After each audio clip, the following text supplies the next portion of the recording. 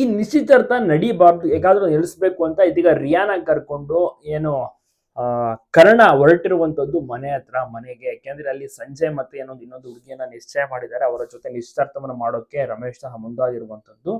ಆದ್ರೆ ಮನೆಯವರಿಗೆ ವಿಚಾರ ಗೊತ್ತೇ ಇಲ್ಲ, ರಿಯಾ ಪ್ರೆಗ್ನೆಂಟ್ ಆಗಿರೋದು ಸಂಜಯ್ ಕಾರಣದಿಂದಾಗಿ. ಸೊ ಅದನ್ನ ನಿಲ್ಲಿಸ್ಬೇಕು ಅಂತ ರಿಯಾನ ಕರ್ಕೊಂಡು ಬೇಗನೆ ಹೋಗ್ತಾ ಇದ್ದಾನೆ. ಸೊ ಅಲ್ಲಿಗೆ ಹೋಗಿ ಮದುವೆ ಅಂದ್ರೆ ನಿಶ್ಚಿತಾರ್ಥ ಏನು ನಡೀತಾ ಇರೋದು ಅದನ್ನ ನಿಲ್ಲಿಸುವಂತ ಒಂದು ಕೆಲಸವನ್ನ ಇದೀಗ ಕರ್ಣ ಮಾಡ್ತಾನೆ. ಎಲ್ರಿಗೂ ಕೂಡ ಆಶ್ಚರ್ಯ ಆಗುತ್ತೆ, ಇದಕ್ಕೂ ಆಶ್ಚರ್ಯ, ಮತ್ತೆ ರಮೇಶ್ಗೂ ಕೂಡ ಆಶ್ಚರ್ಯ ಆಗೋಗುತ್ತೆ ಈ ತರ ಎಲ್ಲ ಅಂತ.